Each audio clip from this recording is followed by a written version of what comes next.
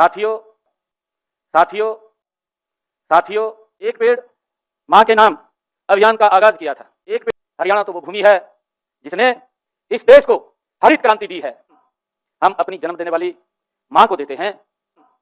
हमारे किसान की आय बदलेंगी, बल्कि हरियाणा की कृषि की पूरी कहानी को नए सिरे से लिखने का ये काम करेंगे। अपने पसीने से, अपनी मेहनत से पूरे देश का आज पेट भरा है। इस अवसर पर मैं हरियाणा की धरती पर दो ऐसी ऐतिहासिक परियोजनाओं का शुभारंभ हो रहा है जो न केवल हमारे किसान की आय बदलेंगी, बल्कि हरियाणा की कृषि की पूरी कहानी को नए सिरे से लिखने का ये काम करेंगे।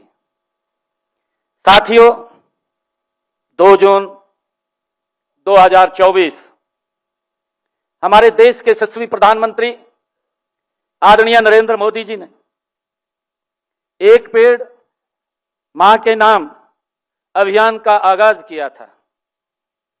उन्होंने उस समय कहा था, आदरणीय मोदी जी ने कहा था कि जितना सम्मान हम अपनी जन्म देने वाली मां को देते हैं, उतना ही सम्मान हमें धरती मां को भी देना होगा।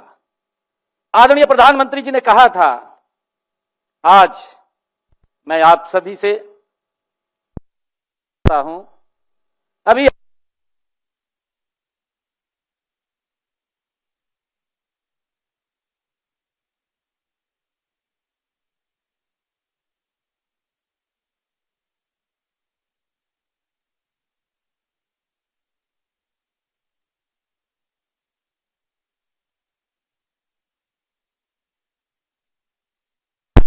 आप जरूर लगाएं और उसका संरक्षण करें जब तक वो पेड़ अपने आप में निर्भर ना हो जाए।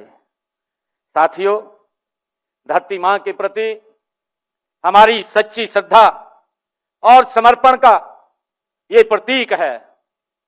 साथियों, हरियाणा तो वो भूमि है जिसने इस देश को हरित क्रांति दी है। मुझे खुशी है कि आज हमारे किसान ने अपने पसीने से, अपनी मेहनत से पूरे देश का आज पेट भरा है।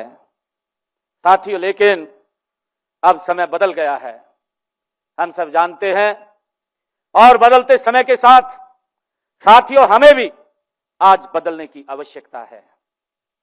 साथियों, आज चुनौतियां नई हैं, हम सब जानते हैं। ज्यों-ज्यों बड़ी गति से समय बदलता है, हमारे सामने नई नई चुनौतियां वो भी आती हैं। साथियों, जलवायु परिवर्तन, भूजल स्तर, हम देख रहे हैं कि हमारा भूजल स्तर भी कितना नीचे चला गया है। जलवायु परिवर्तन की अगर बात करें साथियों, बरसात कई बार इतनी ज्यादा गिर जाती है कि स्थिति खराब हो जाती है। कई बार बरसात इतनी कम पड़ती है कि किसान को दिक्कत हो जाती है। ये हमारे सामने ये नई नई चुनौतियां वो साथियों खड़ी हैं, और साथियों ये सब हमें यह सोचने पर मजबूर कर रहे हैं कि गेहूं धान के परंपरागत चक्कर को से आगे निकल करके साथियों हमें जाना चाहिए। इस बात को आज सोचने की आवश्यकता है, आज इस पर विचार करने की आवश्यकता है। साथियों, हमारा मानना है कि हमें जाना चाहिए, और मैं पूरे विश्वास के साथ कह सकता हूं, हमने नई नई योजना बना करके हम किसान को उस तरफ ले जाने का काम कर रहे हैं, और हम जा भी रहे हैं।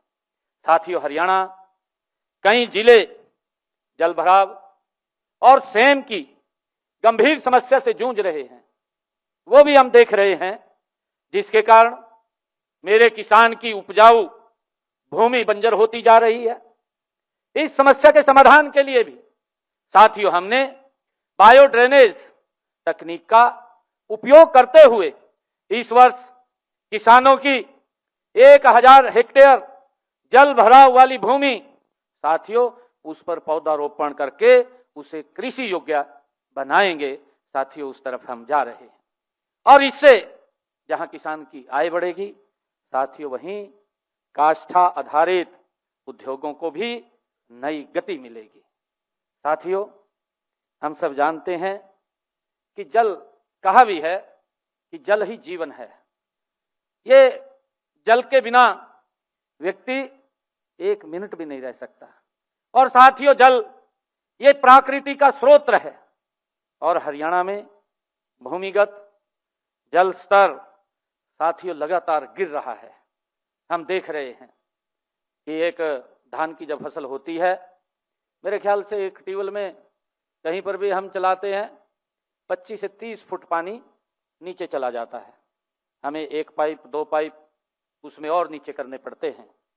और साथियों, इसे थामने के लिए हमने शिवालिक और रावली क्षेत्र में इस वर्ष 25 नए जल भंडारण बांध बनाएंगे। और साथियों, 25 पुराने बांधों की मुरम्मत और उनकी जल धारण क्षमता वो भी बढ़ाने का काम साथियों हम कर रहे हैं, जिससे हमारे पहाड़ी क्षेत्रों में खेती और पशुपालन को पानी मिल सके और भूमिगत जल स्तर साथियों पुनः ऊपर उठ सके। इसको लेकर के काम कर रहे हैं।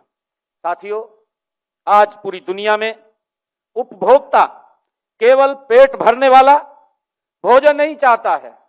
साथियों, वह पौष्टिक, गुणवत्तापूर्वक और स्वास्थ्यवर्धक खाद्य चाहता है। चाहे फल हो, चाहे सब्जियां हो, मसाले हों या औषधीय पौधे हों, चाहे फूल हों या मशरूम शहद हो, इनकी मांग साथियों आज तेजी से बढ़ रही है। बागवानी साथियों वो क्षेत्र है जो किसानों के प्रति एकड़ कई गुना साथियों आय देता है। और यही कारण है कि आज बागवानी भारत की कृषि वृद्धि का सबसे गतिशील साथियों इंजन बन चुका है। मुझे खुशी है आज हरियाणा उस इंजन को और अधिक साथियों शक्तिशाली ये बनने जा रहा है। साथियों, लेकिन एक बड़ा सवाल हमारे सामने यह था कि किसान अच्छी फसल पैदा करता है, साथियों पर क्या उसे उचित मूल्य मिलता है क्या? आज ये बड़ा सवाल हम सब के सामने है। सच यह है साथियों कि आज भी फलों और सब्जियों का 20 से 30% हिस्सा खेत से बाजार तक पहुंचने में से पहले ही वो बर्बाद हो जाता है। हमने प्रेजेंटेशन में देखा भी है साथियों, वैज्ञानिक ग्रेडिंग नहीं, पैकेजिंग नहीं और कोल्ड स्टोरेज नहीं, कोल्ड चेन नहीं, किसान की मेहनत खेत में होती है, नुकसान रास्ते में हो जाता है। साथियों, यही वह समस्या है जिसका समाधान आज शुरू हो रहा है। इसके लिए मैं आप सबको बहुत बहुत बधाई भी देता हूं, शुभकामनाएं भी देता हूं।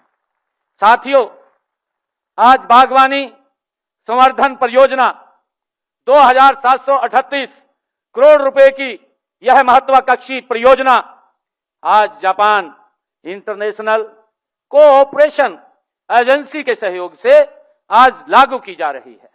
साथियों, मुझे खुशी है कि आज हरियाणा प्रदेश के अंदर 400 बागवानी क्लस्टर विकसित होंगे और साथियों 500 उत्पादक एफपीओज संगठित और सशक्त बनेंगे।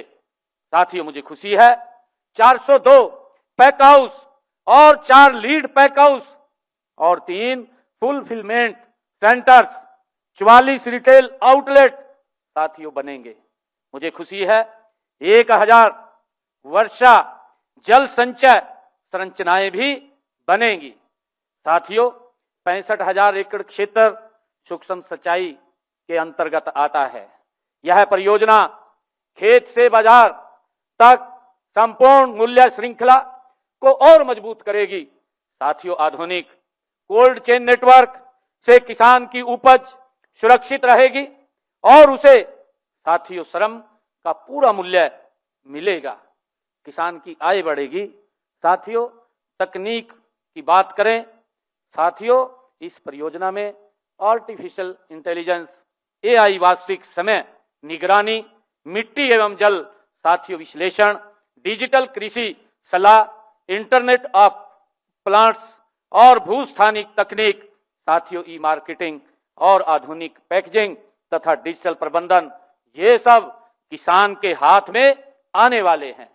साथियों, मुझे खुशी है कि हमने महाराणा प्रताप बागवानी विश्वविद्यालय करनाल और जापान के कोची विश्वविद्यालय के बीच ज्ञान एवं अनुसंधान का साथियों आदान प्रदान किया है।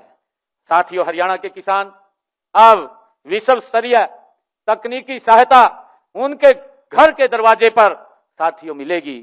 साथियों, आज कृषि केवल खेती नहीं, कृषि अब एक बड़ा बिजनेस है। साथियों, ड्रोन, एआई, डेटा एनालिटिक्स और स्मार्ट स्टोर्स, डिजिटल मार्केटिंग और ई कॉमर्स, ये सब कृषि के नए साथियों आयाम हैं। साथियों, मुझे खुशी है गांव में अब स्टार्टअप, कृषि प्रसंस्करण इकाइयां और खाद्य उद्योग और निर्यात आधारित उद्यम आज साथियों खड़े हैं। मैं हरियाणा के युवा साथियों से भी साथियों आज ये कहना चाहता हूं कि आप नौकरी मांगने वाले नहीं, आप नौकरी देने वाले बनेंगे। साथियों, इस दिशा के अंदर हम काम कर रहे हैं। एग्री बिजनेस में साथियों वह ताकत है जो हरियाणा की युवा पीढ़ी को एक नई पहचान साथियों दे सकती है। और हमारी माताएं और बहनें भी साथियों बागवानी, मशरूम उत्पादन, मधुमक्खी पालन, प्रसंस्करण, पैकेजिंग और साथियों मार्केटिंग में आत्मनिर्भर हरियाणा की सबसे बड़ी साथियों शक्ति बनेंगी। साथियों, आज मैंने Haryana agri business and cold chain centre का आज शिलान्यास किया है। साथियों, यह केंद्र post harvest management, cold chain, building, logistic और वैल्यू एडिशन, एक्सपोर्ट प्रमोशंस, इन सभी क्षेत्रों का साथियों उत्कृष्ट प्रशिक्षण केंद्र बनेगा। साथियों, मुझे खुशी है कि हमारे किसान, एफपीओस और उद्यमी, स्टार्टअप्स और कृषि विशेषज्ञ साथियों सभी को यहां विश्व स्तरीय प्रशिक्षण भी मिलेगा। साथियों, मुझे विश्वास है कि ये केंद्र पूरे देश के लिए एक मॉडल संस्थान बनेगा। साथियों, इसमें 3 लाख से अधिक किसानों को प्रत्यक्ष और अप्रत्यक्ष रूप से साथियों लाभ होगा।